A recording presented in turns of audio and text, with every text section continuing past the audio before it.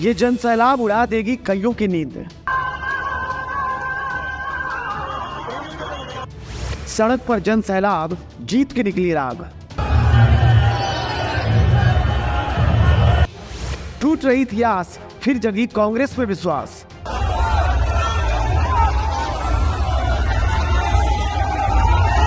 प्रियंका पार लगाएंगी, जनता को मनाएंगी।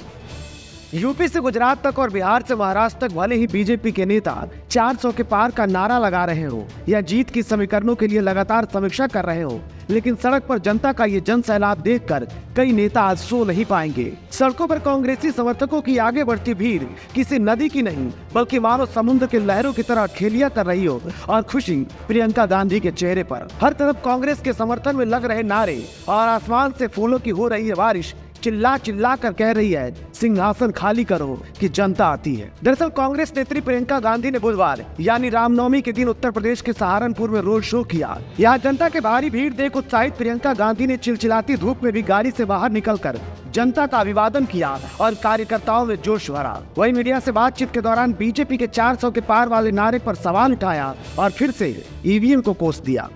किस आधार पे ये कह रहे हैं कि ये 400 पार होंगे, यही जाने। वो कह रहे हैं 370। हाँ यार, 370 अच्छा या तो इन्होंने कुछ गड़बड़ पहले से कर रखी है कि इनको मालूम है कि हमें 400 मिलने वाले हैं, है कि नहीं? नहीं तो इस तरह ज्योतिषी की तरह कैसे कह सकते हैं कि क्या मिल रहा है।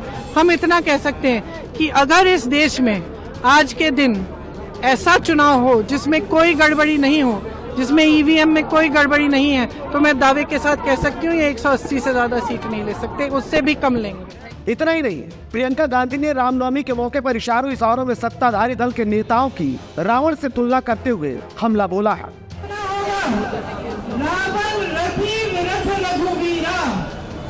इसका मतलब है रथ रावण के पास था, भगवान राम के पास नहीं था।